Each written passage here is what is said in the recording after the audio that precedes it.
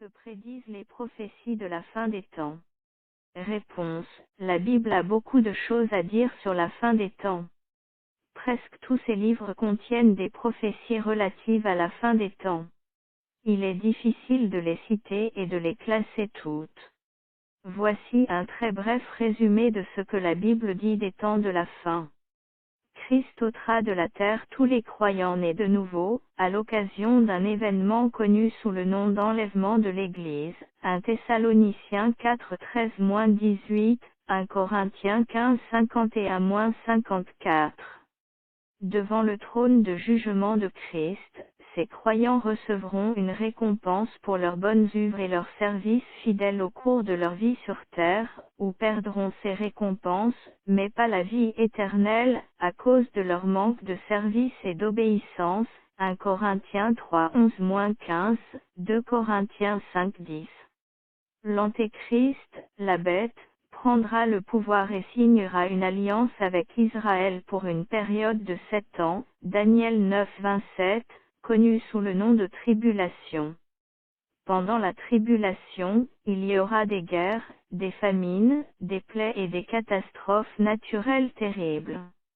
Dieu déversera sa colère contre le péché, le mal et la méchanceté. La tribulation inclura l'avènement des 4 cavaliers de l'Apocalypse et les jugements des 7 sceaux, des 7 trompettes et des 7 coupes. Vers le milieu des 7 ans, l'Antéchrist violera son traité de paix avec Israël et lui fera la guerre. Il commettra, abominable dévastation, et établira une image de lui-même dans le temple de Jérusalem, pour qu'elle soit adorée, Daniel 9:27, 2 Thessaloniciens 2:3-10. La deuxième moitié de la tribulation est connue sous le nom de « Grande Tribulation », Apocalypse 7:4, ou de « Période d'angoisse pour Jacob », Jérémie 37. À la fin des 7 années de tribulation, l'Antéchrist s'attaquera une dernière fois à Jérusalem. Le point culminant de cette attaque sera la bataille d'Armagédon. Jésus-Christ reviendra, détruira l'Antéchrist et son armée et les jettera dans l'étang de feu, Apocalypse 19:11-21. Christ enchaînera alors Satan dans l'abîme pendant 1000 ans et régnera sur son royaume terrestre pendant cette période, Apocalypse 20:1-6.